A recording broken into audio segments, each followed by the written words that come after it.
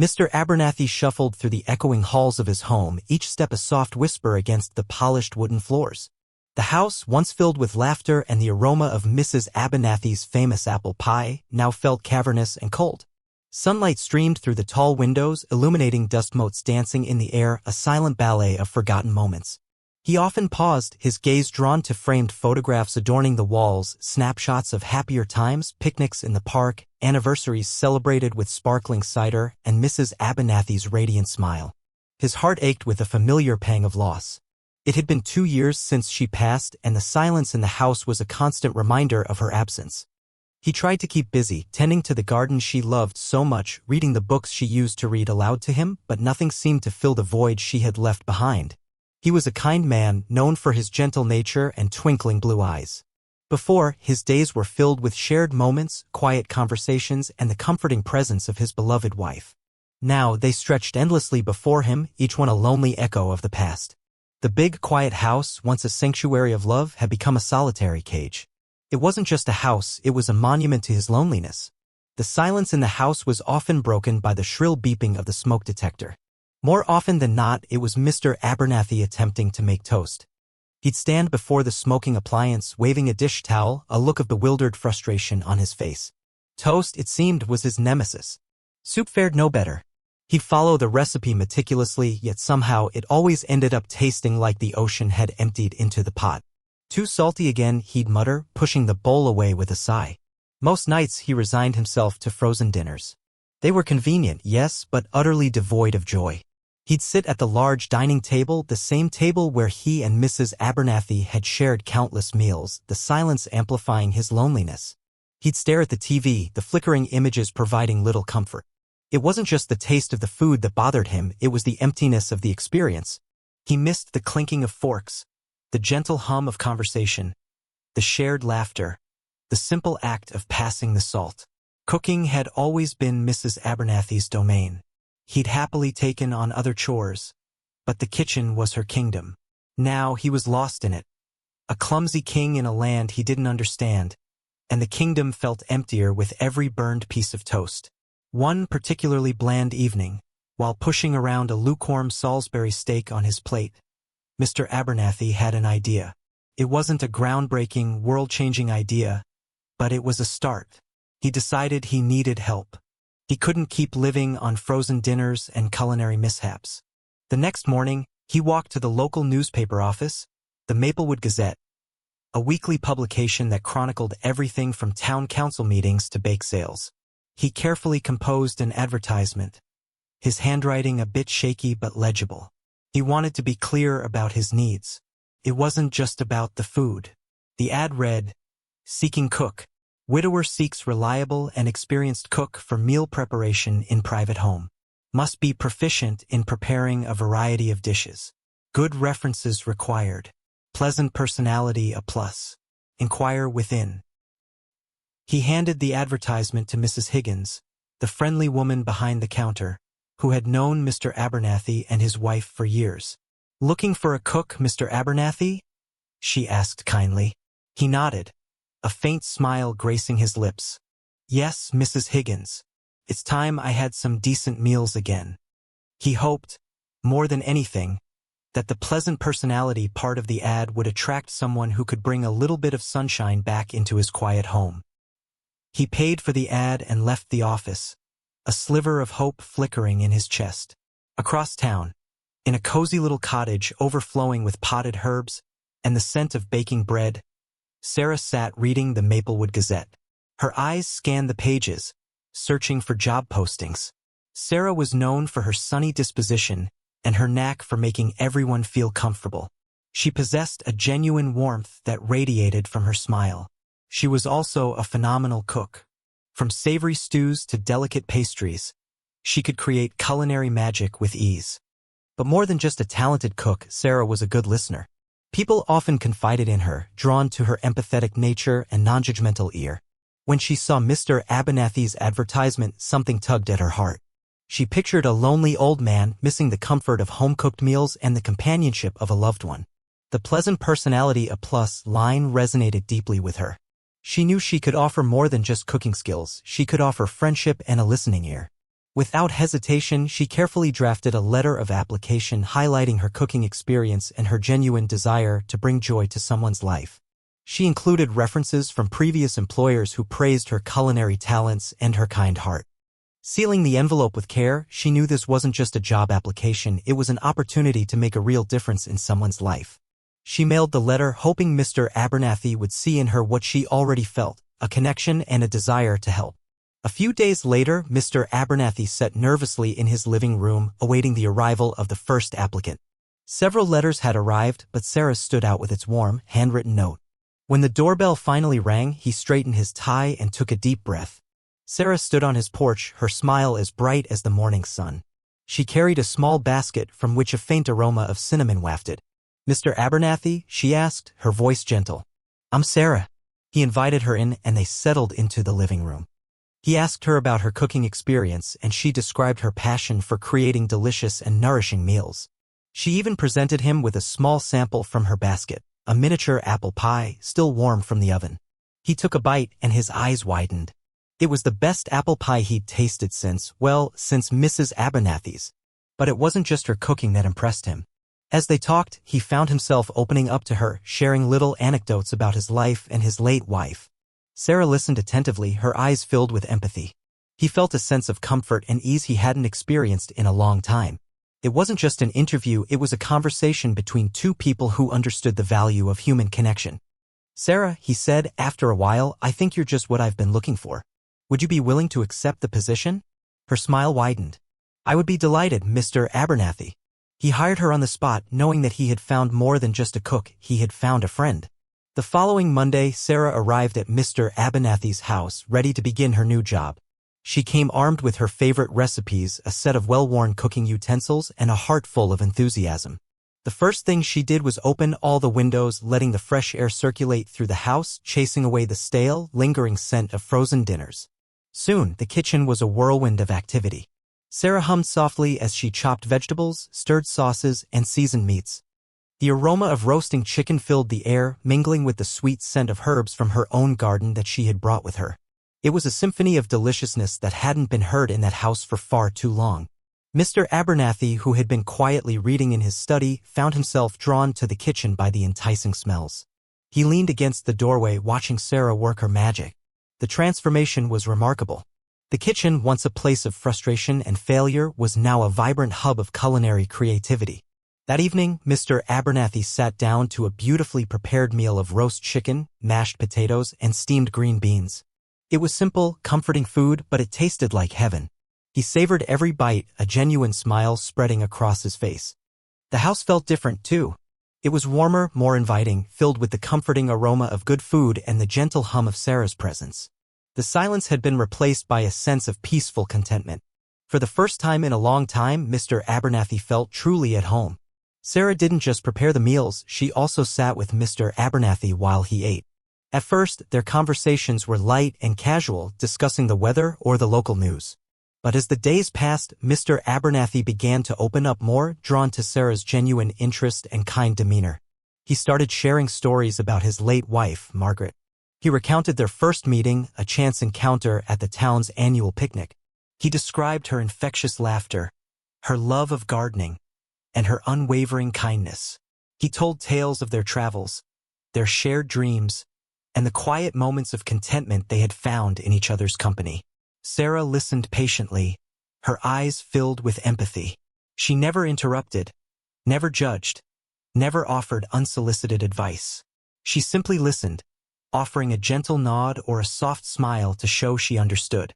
She learned about Margaret's favorite flowers, roses, her talent for knitting. She made the coziest blankets. And her secret ingredient for perfect chocolate chip cookies, a dash of cinnamon. Sometimes, Mr. Abernathy's voice would tremble with emotion, and a tear would trickle down his cheek. Sarah would offer a comforting hand or a warm smile, allowing him to grieve without feeling ashamed. She understood that sharing these memories was a way for him to keep Margaret alive in his heart. These mealtimes became a cherished ritual for both of them. They were more than just meals, they were moments of connection, of shared memories, and of healing. Mr. Abernathy found solace in sharing his stories, and Sarah found purpose in listening with an open heart. The dining table, once a symbol of his loneliness, was now a place of comfort and connection. As the weeks turned into months, Mr. Abernathy found himself eagerly anticipating Sarah's visits. He'd wake up on the days she was scheduled to come, a lightness in his step that hadn't been there before. He'd tidy up the house, not just out of politeness, but because he wanted everything to be just right for her. He realized that he wasn't just looking forward to the delicious meals she prepared. While he certainly appreciated the end of his frozen dinner days, it was Sarah's company he truly craved. He enjoyed their conversations, her warm smile, and the genuine interest she showed in his life. He began to understand the depth of his loneliness. Before Sarah, he had been so immersed in his grief that he hadn't fully grasped how isolated he had become. The silence of the house, once a comforting backdrop to his life with Margaret, had become a suffocating weight. He missed the simple act of sharing a meal, of exchanging stories, of having someone to laugh with.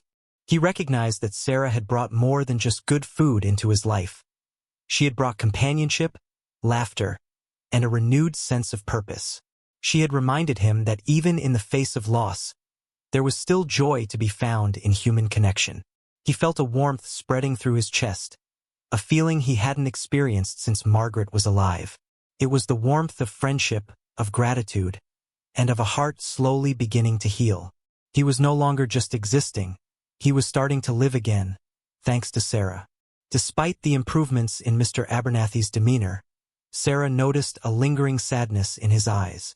Even when he smiled, there was a hint of melancholy that she couldn't ignore. She knew that grief was a long and winding road, and that even with good food and good company, the pain of loss could still cast a shadow. She decided to be more proactive in trying to lift his spirits. She started telling him jokes, silly ones that made him chuckle, even if it was just a small, hesitant sound at first. She'd share funny anecdotes about her own life, stories about her mischievous cat, Whiskers, or her attempts at learning to knit, which were, admittedly, less successful than Margaret's. She told him about her childhood adventures, growing up in a small town and exploring the nearby woods. She shared stories of her family, her quirky aunts and uncles, and her supportive parents who always encouraged her to follow her dreams. She wanted to show him that even in the midst of life's challenges, there was always room for laughter and joy. Sarah hoped that by sharing her own experiences, she could encourage Mr. Abernathy to focus on the present and to find happiness in the everyday moments. She knew she couldn't erase his grief, but she could offer him a little bit of sunshine on a cloudy day. She wanted to remind him that even though Margaret was gone, life was still worth living and that there were still reasons to smile. She wanted to show him that he wasn't alone. One afternoon, as Sarah was clearing the table after lunch, Mr. Abernathy sighed deeply. "I miss her laughter," he said quietly, his voice filled with a profound sadness. Margaret had the most wonderful laugh. It could fill a room, chase away any gloom. Sarah paused, considering his words. She knew that dwelling on the past could be painful, but she also understood the importance of remembering and honoring loved ones. An idea sparked in her mind. "Mr. Abernathy," she said gently, "do you have any old photo albums? Maybe looking at pictures of Margaret would bring back some happy memories." Mr. Abernathy hesitated. "I haven't looked at them in years," he admitted. "I thought it would be too painful." "I understand," Sarah said, "but sometimes remembering the good times can help us heal. We don't have to look at them if you don't want to, but maybe just having them out, knowing they're there, would be comforting." After a moment of contemplation, Mr. Abernathy nodded slowly. "You know, Sarah, you might be right. It's time I face those memories. Perhaps it's time I heard Margaret's laughter again, even if it's just in my mind." He rose from his chair and walked towards a dusty bookcase in the corner of the room. "I think they're up here, on the top shelf." He reached up, his fingers brushing against the worn spines of several large photo albums. "Yes, here they are." He carefully lifted them down, his hands trembling slightly. "Let's do it, Sarah. Let's remember Margaret together." They settled on the couch, the heavy photo albums spread out before them. Mr. Abernathy opened the first album, his fingers gently tracing the edges of a faded photograph. "This was taken on our honeymoon," he said, his voice thick with emotion. "We went to the coast. Margaret loved the ocean." The photograph showed a young Margaret, her hair windblown, standing on a sandy beach, her face radiant with joy. Sarah smiled, recognizing the happiness that shone through the image. As they flipped through the pages, Mr. Abernathy shared story after story. He pointed out Margaret's quirky hats, her love for animals, and her talent for making everyone feel special. He told anecdotes of their adventures, their mishaps, and their quiet moments of contentment. Sarah listened patiently, offering words of comfort and encouragement. "She seemed like a wonderful woman," she said softly. You were very lucky to have her in your life. Mr. Abernathy agreed, his eyes glistening with tears. She was my best friend, my soulmate. There were moments of silence, filled only with the rustling of pages and the quiet sniffles of Mr. Abernathy's grief. Sarah allowed him to feel his emotions without judgment, offering a gentle hand squeeze or a warm smile to let him know she was there for him. As they continued to look through the photos, Mr. Abernathy's memories became more vivid, and his sadness gradually began to lift. He laughed at funny anecdotes, smiled at cherished moments, and spoke of Margaret with love and gratitude. The photo albums became a portal to the past, a way for him to reconnect with the joy and love he had shared with his wife. And Sarah, with her kind heart and listening ear, helped him navigate that journey. Slowly but surely, Mr. Abernathy began to emerge from the long shadow of his grief. The sadness in his eyes didn't disappear entirely, but it was tempered with a newfound sense of hope and optimism. He started to smile more often, a genuine, heartfelt smile that reached all the way to his eyes. He began to talk about the future, making plans for his garden, discussing books he wanted to read, and even considering taking a short trip to visit his grandchildren. He rediscovered his love for birdwatching, spending hours in his backyard with his binoculars, identifying different species and marveling at their beauty. He started to attend local community events, something he hadn't done since Margaret passed away. He joined a book club where he enjoyed discussing literature with fellow enthusiasts. He even volunteered at the local library, helping children with their reading. Sarah's friendship had been instrumental in his transformation. Her kindness, her empathy, and her unwavering support had given him the strength to face his grief and to rediscover the joy in life. He was grateful for her presence in his life, not just as a cook, but as a friend, a confidant, and a source of inspiration. He realized that life wasn't about forgetting the past, but about learning to live with it, to cherish the memories, and to embrace the present with open arms. He understood that even though Margaret was gone, her love would always be a part of him, and that he could honor her memory by living a full and meaningful life. Thanks to Sarah, Mr. Abernathy was finally starting to enjoy life again. One sunny afternoon, while Sarah was preparing his favorite lemon cake, Mr. Abernathy watched her from his armchair, a thoughtful expression on his face. The sweet scent of the cake filled the kitchen, a comforting aroma that always brought a smile to his lips. But today, his smile was different, more profound, filled with a deep sense of gratitude. He realized that he had initially hired Sarah simply to cook for him, to alleviate his struggles with meal preparation. He had thought that good food would be enough to fill the void in his life. But he had been wrong. What he truly needed was not just a cook, but a friend. He needed someone to listen to his stories, to share his laughter, to offer comfort in his grief. He needed someone who cared about him, not just as an employer, but as a person. And Sarah had provided all of that and more. He appreciated her kindness, her empathy, and her unwavering support. He admired her warm heart, her gentle spirit, and her ability to bring joy into his life. She had transformed his house from a lonely prison into a welcoming home, filled with laughter, conversation, and the comforting presence of a true friend. He knew that he could never fully repay her for everything she had done. But he could show her his appreciation, not just with words, but with actions. He could be a good friend to her, offering her the same kindness and support that she had given him. He could cherish her presence in his life and let her know how much she meant to him. He was incredibly lucky to have Sarah in his life, and he would never take her friendship for granted. Sarah, too, found herself genuinely enjoying her time with Mr. Abernathy. She had initially taken the job out of a desire to help someone in need, but it had quickly become something more. She looked forward to her visits, not just for the cooking, but for the companionship and the warmth she felt in his presence. She saw him as a kind and gentle man, a soul who had experienced great loss and deserved to be happy again. She admired his resilience, his willingness to face his grief, and his determination to find joy in life, even after such a profound loss. She appreciated his stories, his sense of humor, and his genuine interest in her life. He always asked about her day, her family, and her hobbies, showing a genuine care that warmed her heart. He treated her not as an employee but as a friend with respect and kindness. She felt a sense of purpose in helping him heal, in bringing laughter back into his home, and in reminding him of the beauty of life. She knew she couldn't replace Margaret, nor would she ever try to. But she could offer him companionship, support, and a listening ear, helping him navigate his grief and find happiness again. She felt grateful for the opportunity to be a part of his life.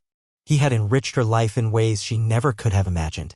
He had taught her the importance of compassion, the power of friendship, and the resilience of the human spirit.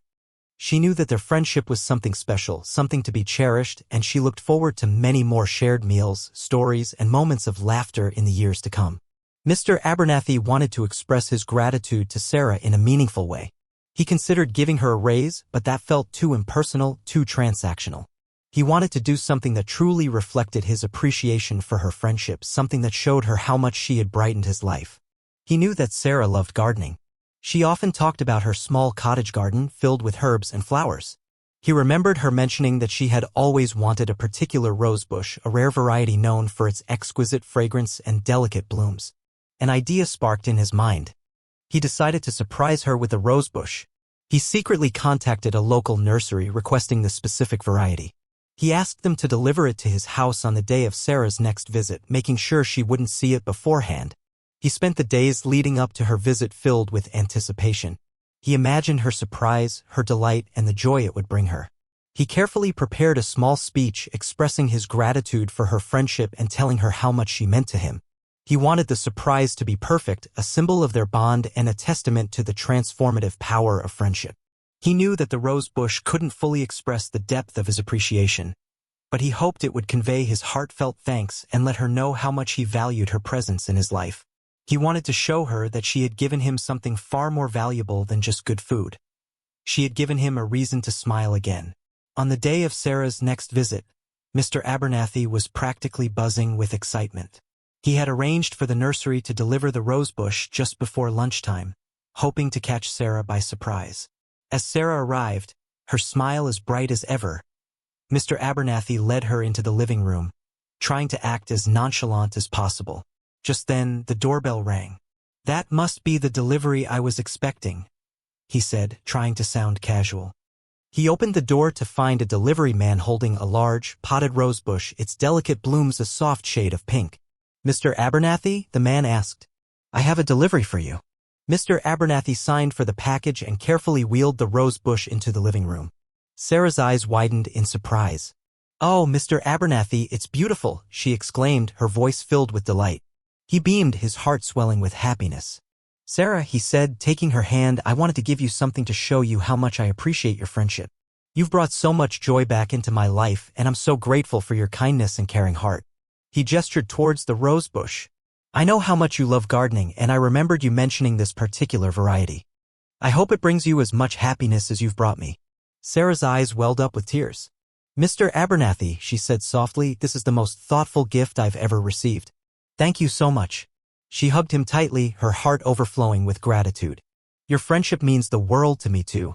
Sarah walked over to the rosebush, carefully touching one of the delicate pink blooms. Its fragrance was intoxicating, filling the room with a sweet, floral scent. She knew it was a rare and expensive variety, and she was deeply touched that Mr. Abernathy had gone to such lengths to get it for her. But it wasn't just the gift itself that moved her, it was the sentiment behind it. She realized that their friendship had become something truly special, something she would cherish for years to come. She had initially taken the job to help a lonely old man, but she had gained so much more in return. She had found a confidant, a friend, and a kindred spirit.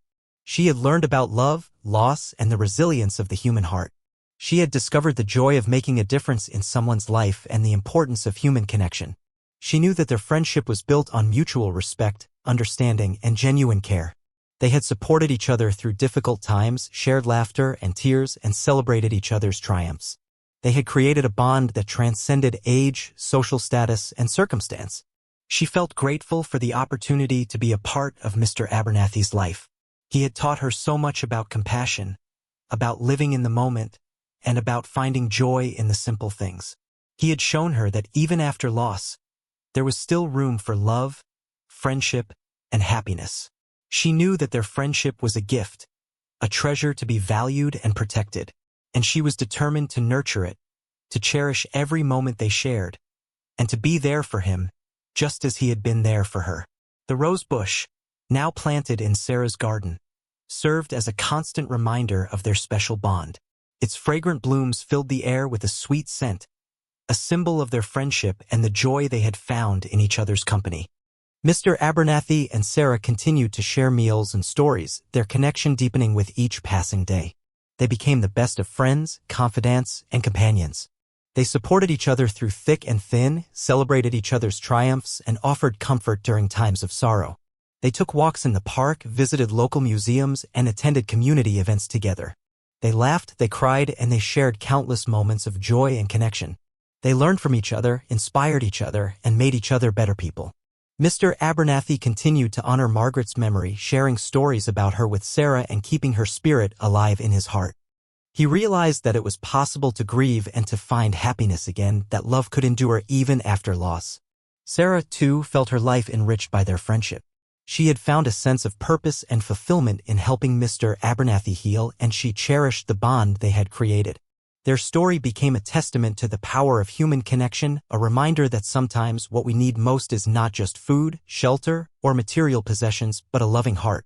It proved that friendship can blossom in the most unexpected places and that even after loss, there is still hope for joy and happiness. Mr. Abernathy and Sarah's story showed that a little kindness can go a long way and that the greatest gift we can give to another is our time, our attention, and our love. Years passed, filled with shared meals, heartfelt conversations, and countless moments of laughter. Mr. Abernathy's house, once a somber and silent place, was now filled with warmth and happiness once more.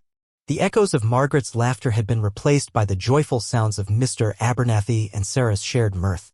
One sunny afternoon, as Sarah was teaching Mr. Abernathy how to bake Margaret's famous chocolate chip cookies with the secret ingredient, of course, they both burst into laughter. Mr. Abernathy had accidentally added salt instead of sugar, and the resulting batter was a culinary disaster. "Oh dear," Sarah chuckled, wiping flour from her face. "I think we need to start over." "Indeed," Mr. Abernathy agreed, his eyes twinkling with amusement.